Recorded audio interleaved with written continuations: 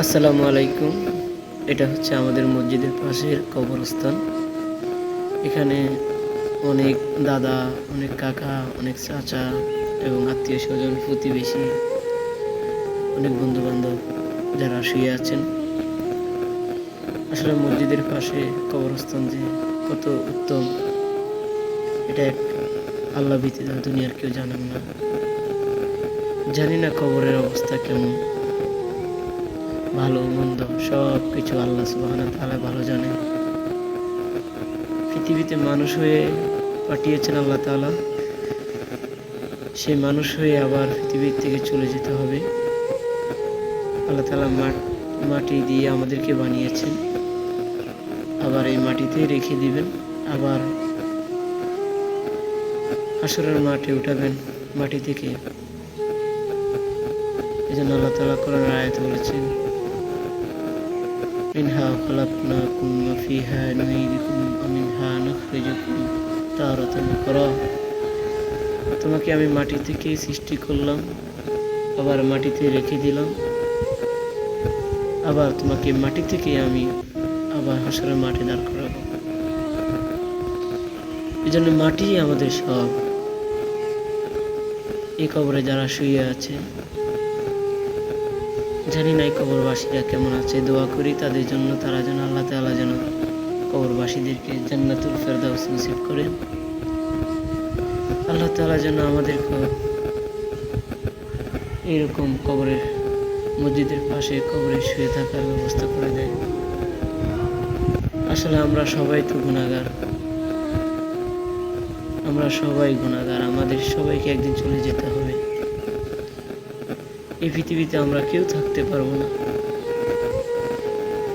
আমাদের পূর্বপুরুষরা চলে গিয়েছেন, আদম নবী থেকে এই পর্যন্ত যারা এসেছেন তারাও চলে গিয়েছেন, আমরা চলে যাব। আমার দাদা চলে গিয়েছে, দাদার দাদা চলে গিয়েছে, বাবা চলে গিয়েছে, আত্মীয় স্বজনরা চলে যাচ্ছে। এরকম সবাইকে চলে যেতে হবে, আমাদেরকে চলে যেতে হবে। আমরা হচ্ছে দুনিয়ার মুসাফির, মেহমান। আল্লাহ তাআলা আমাদেরকে দুনিয়াতে পাঠিয়েছেন শুধু মেহমান করে, আর মেহমানদারি করাবেনই আল্লাহ তাআলা।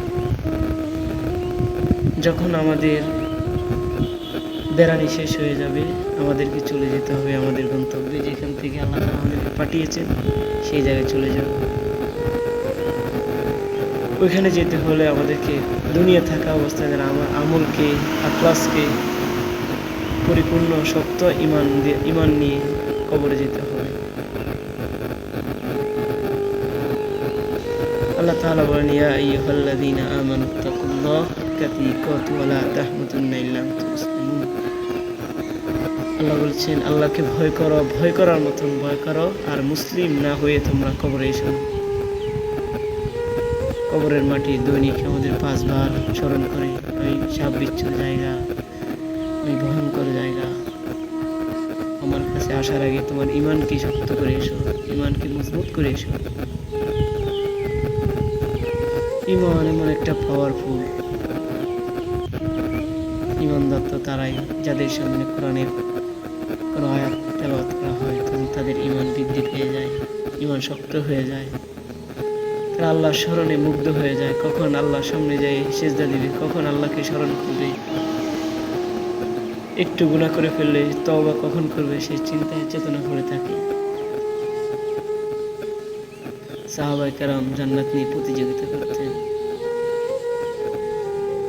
বড় বড় বুজুর্গরা তারা আল্লাহর দ্বীন পাওয়ার জন্য, আল্লাহকে পাওয়ার জন্য, আল্লাহর মুজিজা পাওয়ার জন্য রাতকে রাত তারা ইবাদতে লিপ্ত থাকতেন। আল্লাহ তাআলা আমাদের সবাইকে নেক হায়াত দান করুন। এই কবরবাসীকে আল্লাহ তাআলা যেন জান্নাতুল ফেরদাউস দান করুন।